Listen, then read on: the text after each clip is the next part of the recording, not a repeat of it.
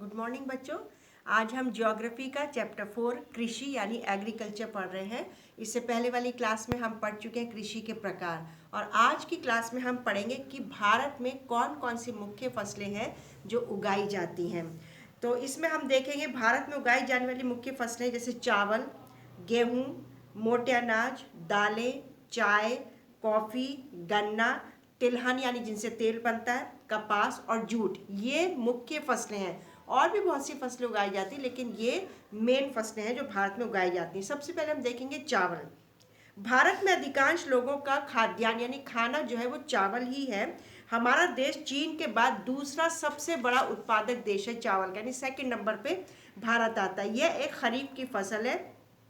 चावल उत्तर और उत्तर पूर्वी मैदानों, तटीय क्षेत्रों और डेल्टाई क्षेत्रों में उगाया जाता है।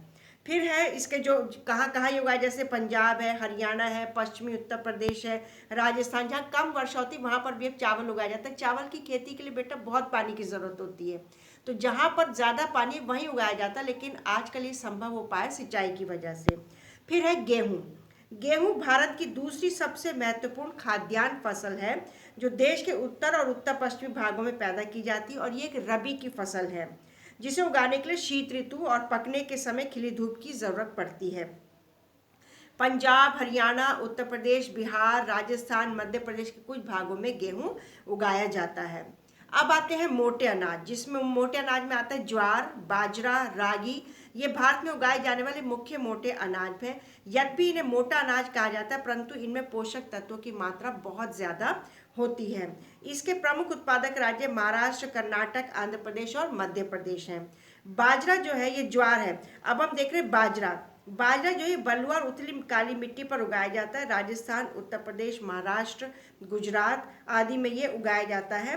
रागी जो है वो शुष्क प्रदेशों की फसल है, और ये इसके जो कहाँ कहाँ पर उगाया जाता है, कर्नाटका, हिमाचल प्रदेश, उत्तराखंड, सिक्किम, झारखंड और अरुणाचल प्रदेश।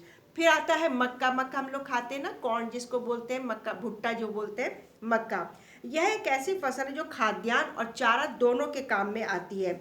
यह एक खरीफ की फसल है, और यह कर्नाटका, उत्तर प्रदेश, बिहार, आंध्र प्रदेश, मध्य प्रदेश में उगाई जाती है। फिर आती है दालें। भारत विश्व में दालों का सबसे बड़ा उत्पादक और उपभोक्ता देश है। सबसे ज़्यादा दालें यहाँ उगाई जाती हैं, और सबसे ज़्यादा दालें भी यहाँ पर खाई जाती हैं। शाकाहारी खाने में दालें सबसे अधिक प्रोटीन दायक होती, दालों में बहुत प्रोटीन होता है, तो सबसे ज़्यादा प्रोटीन दायक दालें होती हैं। भारत में मध्य प्रदेश, उत्तर प्रदेश, राजस्थान, महाराष्ट्र और कर्नाटक दाल के मुख्य उत्पादक राज्य हैं। अब हम देखें खाद्यों के अलावा और कुछ फसलें। अभी तो हमने अनाज देखे, जैसे गेहूं देखा, चावल देखा, फिर हमने मोटे अनाजों के बारे में देखा, फिर हमने दालों के बारे में देखा। अब हम देखेंगे कुछ और खाद्य फसलें, जैसे गन्ना। गन्ना जो है वो ब्राज़ील के बाद भारत जो है सबसे बड़ा उत्पादक देश है। सबसे ज़्यादा यानी ब्राज़ील में उगाया जाता है, उसके बाद दूसरे नंबर पे भारत में गन्ने को उगाया जाता है। यह चीनी, गुड़ और शीरा बनाने के काम आता है। उत्तर प्रदेश, महाराष्ट्र, कर्नाटका, तमिलनाडु, आंध्र प्रदेश, तेलंगाना, बिहार, पंजाब, हरियाणा गन्ने के मुख्य उत्पादक राज्य हैं। फिर है तिलहन। तिलहन यानी जिनसे तिल बनाया जाता है। देश में कुल बोए गए क्षेत्र के 12% भाग पर कई तिलहन की फसलें उगाई जाती हैं, जैसे मूंगफली, सरसों, नारियल, तिल, सोयाबीन, अरंडी, बिनौला, अलसी और सूरजमुखी भारत में उगाई जाने वाली मुख्य तिलहन की फसलें हैं। इनमें से अधिकतर खाद्य हैं और खाना बनाने में प्रयोग की जाती है। जितने भी मैंने नाम लिए, ज़्यादातर ये इनसे तेल निकलता है, फिर ये खाना बनाने के काम में आते हैं और इनको खाया जाता है। परंतु इनमें से कुछ तेल के बीजों को साबुन, प्रसाधन और उपटन उद्योग में कच्चे माल के रूप में भी प्रयोग किया जाता है। उनके बीजों को तेल निकालने के बाद जो उनके बीज बच जाते हैं, उनको सौंदर्य के प्रसाधन बनाने के भी काम में लाया जाता है।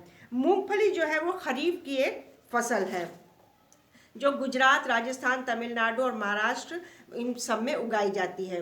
अलसी और सरसों रबी की फसलें हैं। तिल उत्तरी भारत में खरीफ की फसल है, और दक्षिण भारत में रबी की फसल है ये। अब हम देखेंगे चाय, जो हम पीते हैं ना, चाय की खेती रोपण कृषि का एक उदाहरण है। यह एक महत्वपूर्ण पेय पदार्थ की फसल है, जिसे शुरुआत में अंग्रेज भारत लेकर के आए थे, और आज अधिकतर चाय बागानों के मालिक भारतीय हैं। चाय के मुख्य उत्पादक क्षेत्रों में असम, पश्चिम बंगाल में दार्जिलिंग, जलपाईगुड़ी जिलों की पहाड़ियाँ, तमिलनाडु और केरल हैं। इनके अलावा हिमाचल प्रदेश, उत्तराखंड, मेघालय, आंध्र प्रदेश, त्रिपुरा आदि राज्यों में भी चाय की फसल होती है। सन 2014 में भारत विश्व में चीन के बाद दूसरा सबसे बड़ा उत्पादक देश बन चुका है चाय का। अब हम देखेंगे कॉफ़ी।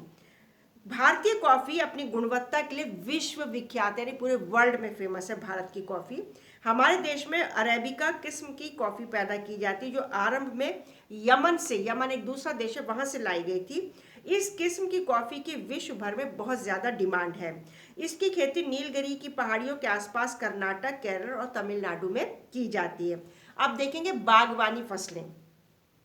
सन 2014 में भारत का विश्व में फलों और सब्जियों के उत्पादन में चीन के बाद दूसरा स्थान है। फल और सब्जियां उगाने में चीन के बाद भारत का दूसरा नंबर है। भारतीय फलों, जिनमें महाराष्ट्र, आंध्र प्रदेश, तेलंगाना, उत्तर प्रदेश, पश्चिमी बंगाल के आम, नागपुर और चेरापूंजी के संतरे, केरल, मिजोरम, महाराष्ट्र और तमिलनाडु के केले, उत्तर प्रदेश और बिहार की लीची, मेघालय के अनानास, आंध्र प्रदेश, तेलंगाना और महाराष्ट्र के अंगूर तथा हिमाचल प्रदेश और जम्मू कश्मीर के सेब, नाशपाती, खुबानी और अखरोट की विश्व भर में बहुत मांग है। भारत विश्व की लगभग 13% सब्जियों का उत्पादन करता है।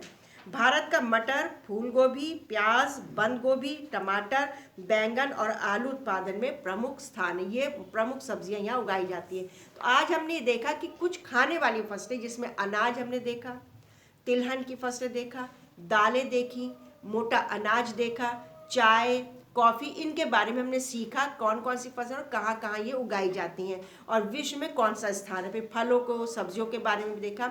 अगली क्लास में हम अखाद्य फसलों के बारे में पढ़ेंगे जो खाई नहीं जाती, जैसे रबर। ये कुछ ऐसी फसलें हैं, इनके बारे में हम नेक्स्ट क्लास में देखेंगे। अपना ध्यान रखेंगे, जो भी वर्कशीट डाली जाती है उसको करना है। अटेंडेंस का बहुत ध्यान रखना है। 10th क्लास है, पढ़ाई पर बहुत ध्यान देना है। अक्टूबर ऑलमोस्ट ख़त्म हो चुका है, नवंबर आ रहा है, एग्ज़ाम्स की भी तैयारी करनी है। तो ये नहीं सोचना घर पर ही है तो फ्री है, ऐसा नहीं है। पढ़ाई साथ साथ करते जाना है। जैसे भी पढ़ाई, जितना ही पढ़ाया जा रहा है उसको साथ साथ करते जाएंगे और अपना ध्यान रखेंगे। और डेली का डेली जो भी सब्जेक्ट का काम मिलता है, सारा काम तुम लोगों को करके रखना है, ठीक है। इस बार थर्सडे तक क्लास है, फ्राइडे और सैटरडे छुट्टी है। ध्यान रखना है, फ्राइडे और सैटरडे यानी 30 और 31 को छुट्टी। उस दिन कोई भी बच्चा ना तो अटेंडेंस भेजेगा, ना कोई अपना काम भेजेगा। ध्यान रखना है, टाइम टेबल के हिसाब से चलना है, ठीक है। अपना ध्यान रखना है, सेफ रहना। All the very best.